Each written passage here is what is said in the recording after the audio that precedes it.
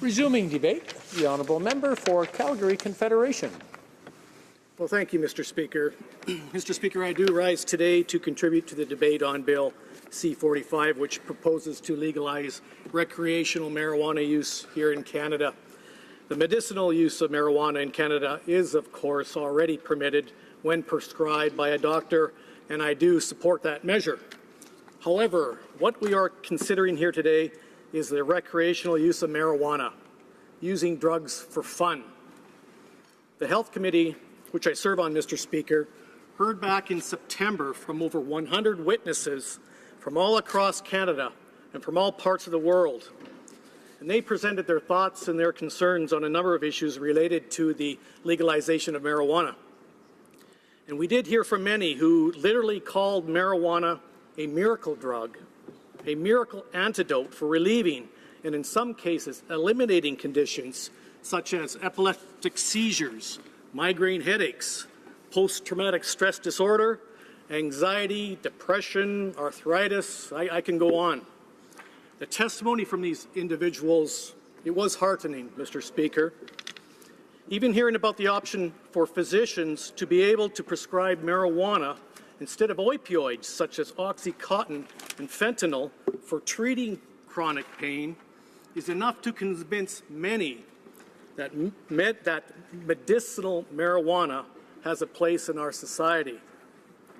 However, Mr. Speaker, Canada is now on the verge of normalizing recreational marijuana use, and we have heard a number of serious concerns from a variety of stakeholders.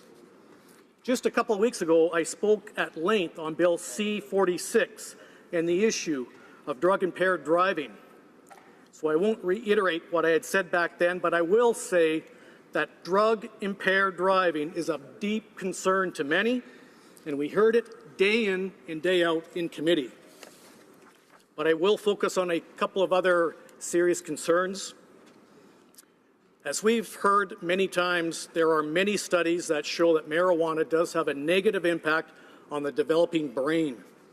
The Canadian Medical Association, which represents 83,000 physicians in Canada, they came to committee and they said, existing evidence on marijuana points to the importance of protecting the brain during its development.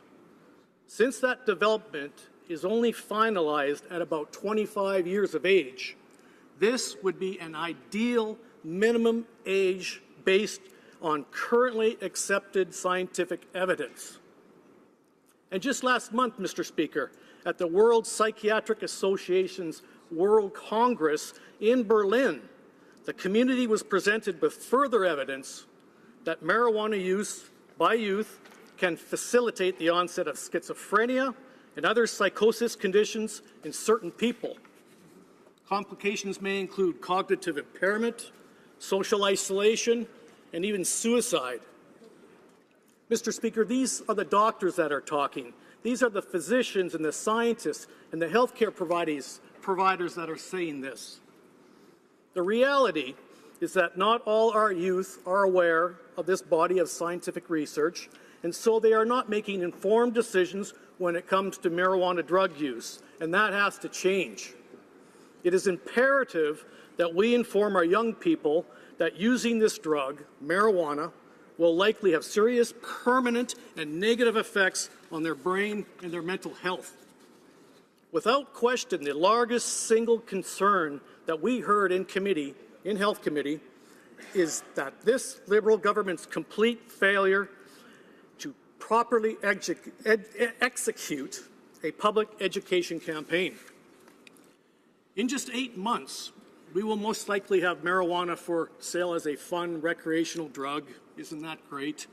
Witnesses testified that if we are going to achieve the primary results that we want, and that is to reduce marijuana use and lower youth consumption, then we need to educate Canadians well in advance of the proposed July 1st, 2018 legalization timeline set by this Liberal government.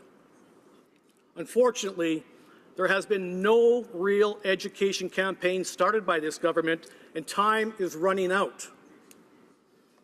It has not gone unnoticed that we are spending a great deal of time and money to legalize this marijuana, but very little time and money on a public education campaign.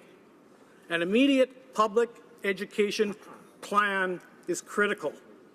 And this Liberal government, they claim that they have committed $46 million to a plan, but I haven't seen it in my community, and I've talked to healthcare people in my community. They haven't seen a dime of that. Even your former Liberal cabinet minister and head of the task force on cannabis, the Honourable Anne McClellan, she said in committee, and I quote, "I think the most important part of prevention, which we have learned from tobacco, alcohol, and probably some other things, I might include gambling, is public education." That's the lesson you hear over and over again in states like Colorado and Washington. You have to have a robust public education, and you need it out of the box early, unquote.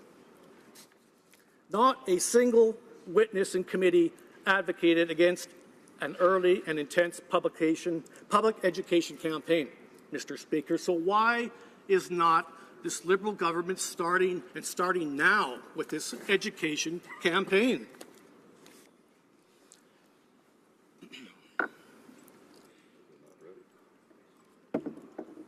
Another serious concern, Mr. Speaker, that has been brought forward in committee and was brought forward in committee is the impact that this proposed legislation will have on Canada in the eyes of the world. We heard in committee that there are 3 UN, United Nations international treaties that are bound to violate, that we are bound to violate if this legislation is passed. We heard great testimony from Dr. Stephen Hoffman, who is a professor of law at the prestigious Osgood Hall Law School, and he is also an expert in international law. And he is very concerned, as are we Conservatives concerned, that this Bill 45 would in fact violate international laws. The United Nations Convention Against Illicit Traffic in Narcotic Drugs and Psychotropic Substances of 1988 is one of the 3 major UN drug control treaties currently in force that we as a nation have signed on to and committed to. This particular treaty provides additional legal mechanisms for enforcing the 1961 Single Convention on Narcotic Drugs and the 1971 Convention on Psychotropic Substances, which is to limit exclusively to medical and scientific purposes the production, manufacture, export, import, distribution of, trade in, use, and possession of drugs.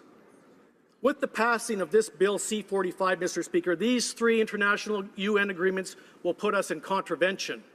And this Liberal government has failed to tell us and has failed to tell Canadians, how will you handle this situation? Tell us, how are you going to handle this situation? You refuse to. And as Dr. Hoffman said, and I quote, "I really would love to emphasize that the consequences actually are quite severe in the sense that it's not just our reputation, it's not just Canada standing on the global international scene. If we violate international law, we are actually undermining the best mechanism we have to get countries to work together and solve some of the biggest challenges we face in this world." One only needs to think about examples like serious issues of chemical weapons, or North Korea testing nuclear weapons, or even closer to home, the United Nations imposing illegal trade barriers against softwood lumber. Canada wants to be in a position that we are able to rely on our fellow countries, our partners around the world, to follow these rules that make Canadians safer, that make Canadian businesses prosper, yet it is very difficult for Canada to be taking moral stances on international laws if Canada is also violating them, unquote. So to close, Mr. Speaker, I would like to quickly summarize, although I think I have 20 seconds. I will just put it at the end here and say, Mr. Speaker, that we are not ready as a nation to rush into marijuana legalization, and the consequences will be severe. So thank you. Questions and comments? The Honourable